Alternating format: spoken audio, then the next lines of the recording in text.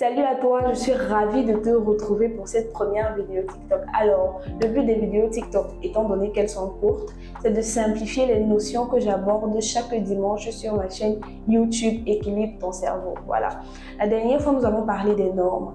Aujourd'hui, avec deux exemples de faits de société, je vais te montrer à quel point les normes ont un rôle très important dans ta vie. Pour le premier fait de société, il s'agit de l'affaire Keke Palmer. Alors, Keke Palmer est cette jeune dame que je vais probablement mettre à l'écran. Elle s'est vêtue de cette façon et son petit ami le lui a reproché sur les réseaux sociaux parce que voilà, ils ont un enfant et il a estimé que ce n'est pas l'accoutrement qu'une mère devrait avoir, une mère qui se respecte. Il y avait des gens qui défendaient Keke Palmer parce que voilà, en tant que femme libre, elle pouvait être mère sans que son statut de mère ait un rapport avec ce qu'elle porte.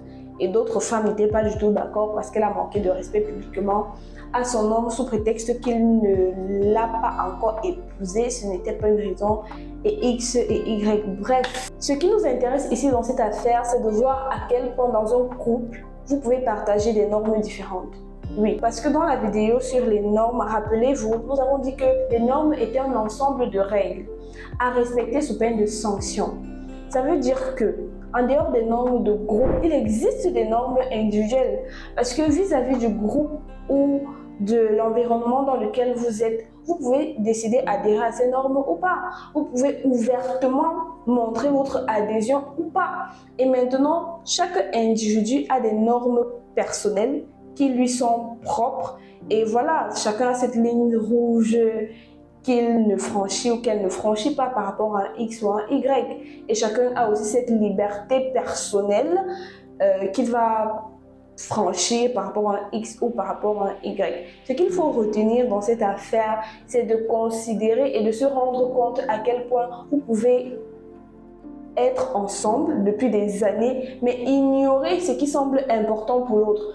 Parce que personnellement, je ne pense pas que cette jeune dame ait fait exprès de s'habiller comme ça en sachant que son homme avait des principes et des valeurs, voilà.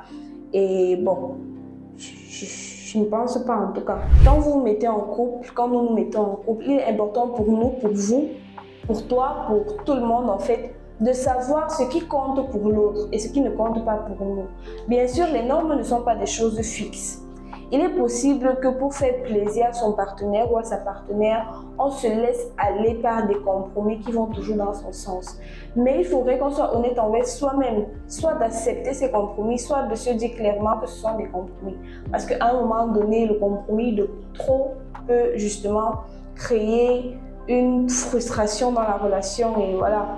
Des cas comme Keke Palmer, on en voit dans la vie de tous les jours. De se dire que je ne veux pas que tu portes X, je ne veux pas que tu manges ça, je ne veux pas que tu fasses X parce que pour moi, ça ne représente pas quelque chose de valorisant pour moi. Maintenant, du point de vue de l'autre, est-ce que l'autre partage ça? Est-ce que l'autre est contre ça? Est-ce que l'autre est capable d'accepter ça? Est-ce que vous êtes capable mutuellement de faire des compromis jusqu'à la fin de votre vie? Telle est la question. Et les compromis dans les couples sont tout simplement la mise en évidence des normes individuelles qui divergent. Prendre conscience de la place des normes dans notre individualité et l'impact que cela a dans nos relations nous permet d'anticiper une relation sur le long terme, nous permet de mieux comprendre que voilà, sous un angle de vue divergent, ce qui peut être normal pour moi peut ne pas l'être pour l'autre. Et parce que j'ai choisi d'être avec l'autre, je fais des compromis et vice versa. Ou alors, on décide tout simplement de voilà, se séparer à l'amiable parce que l'autre ne veut pas changer pour l'autre. Le deuxième fait de société ici concerne les standards de beauté. Oui, parce que les standards de beauté sont des normes. Sont des normes dans le sens où aujourd'hui, ce sont les filles minces qui sont considérées comme les plus belles femmes du monde. Demain, ce sont les filles plus en forme, plus en chair qui le sont. Et en fonction des tendances de la mode, vous allez essayer de ressembler justement au modèle de représentation de la beauté le plus attirant, quoi.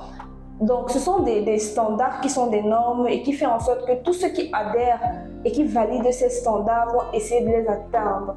sous peine d'être rejeté par les communautés de personnes qui adoptent justement ces standards. On va traiter un cas particulier que j'ai aussi découvert sur Internet.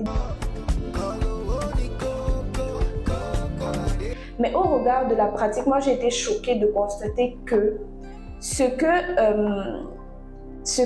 la jeune dame est partie faire, genre se mettre ce vide entre les dents, est devenu un nouveau critère de beauté. Parce que moi, je me souviens que j'ai longtemps complexé sur ça quand j'étais petite, parce que j'avais vu à la télé, dans une chaîne de télé américaine, une émission USA, Top Model USA, je crois bien, Top Model USA, une fille qui avait fait une chirurgie pour justement rapprocher ses dents, parce que ses dents séparées ne faisaient pas partie des standards de beauté des top modèles qui participaient à la compétition. Donc moi j'avais grandi petite en étant complexée de ça, parce que voilà, j'avais vu à la télé que c'était pas un critère de beauté. Donc si tu as ça, c'est que tu n'es pas belle et que tu dois changer.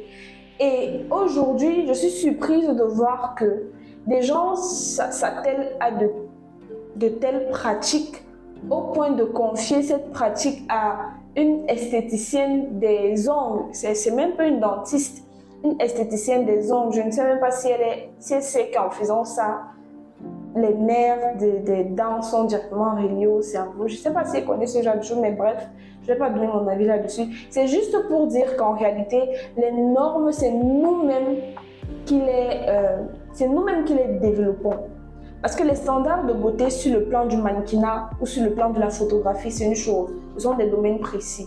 Mais accepter justement ce que les réseaux sociaux et les médias nous transmettent comme normes et comme valeurs et les appliquer nous fait participer à l'établissement de ces normes. C'est très important de comprendre ça.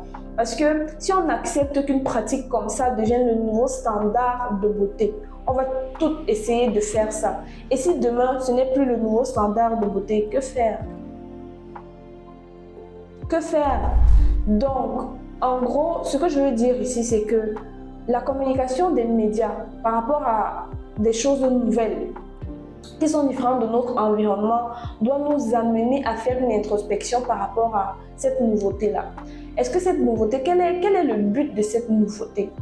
Dans quel contexte est-ce que cette nouveauté est pratiquée? Il ne communique pas toujours sur les prises en charge en cas de, comment on appelle ça? D'effets secondaires, voilà, c'est ça que je cherchais.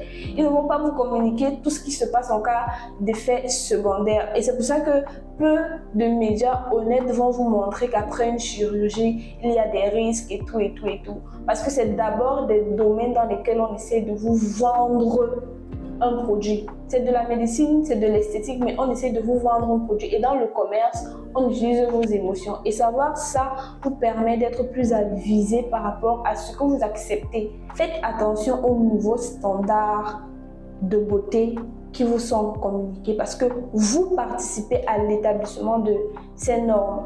Et si vous participez à l'établissement de ces normes, il y a deux raisons. Soit vous suivez la mode, genre, même si demain on dit que la nouvelle mode c'est, je sais pas, d'avoir 3 couleurs de cheveux sur la tête, vous allez suivre, c'est votre comme ça. Soit c'est un besoin d'identité et d'acceptation qui se fait ressentir, et il faut être conscient de ça. Il faut être conscient du fait que j'adhère à ces normes parce que je veux me faire accepter. Parce que certaines personnes adhèrent à des normes pour se faire accepter et n'ont même pas conscience qu'elles adhèrent pour ça. Conclusion, elles ont leurs normes personnelles, elles ne sont pas d'accord avec. Elles ont les normes de la société, elles sont d'accord avec. Et il y a collision. Et quand il y a collision, qu'est-ce que le système interne fait? Il essaie de rétablir l'ordre. Et pour établir cet ordre-là, vous allez soit faire ce que la société demande et justifier en disant que c'est normal, soit être contre eux et verser votre frustration sur ceux qui adhèrent à ces normes-là. C'est une manière pour votre psyché de maintenir l'équilibre, de justifier que ok, vous faites ça parce que, et vous ne faites pas ça parce que. Maintenant, si vous êtes en équilibre avec vos normes et vos valeurs, vous n'aurez rien à prouver, ni à la société en mode je le fais parce que c'est la mode, ni aux personnes qui le font et vous n'êtes pas d'accord avec en allant verser votre frustration. Non, vous allez juste faire ce qu'il faut faire en étant en paix avec vous-même. Donc, c'est important de connaître souvent comment le corps et la psychologie humaine se défendent de certaines choses. Et nous allons voir cela plus en détail dans la prochaine vidéo YouTube que je vais poster cette semaine. Alors, restez à l'écoute car il existe de nombreux mécanismes que votre psychologie utilise pour vous permettre de garder l'équilibre et de garder le contrôle face aux divergences des normes, des valeurs et des lois qui peuvent arriver dans cette société avec ce que vous considérez comme valeur, comme norme et comme loi, quoi. Donc, j'ai beaucoup parlé parce que je ne me suis pas préparée. J'ai fait ça en freestyle, bref. Rendez-vous à la prochaine vidéo et merci d'avoir suivi. N'oubliez pas de partager, de vous abonner et de regarder vraiment toutes les vidéos que j'ai déjà postées sur YouTube. Ce sont des bases qui vont nous servir à mieux étayer nos arguments pour les prochains faits de société. Allez, ciao!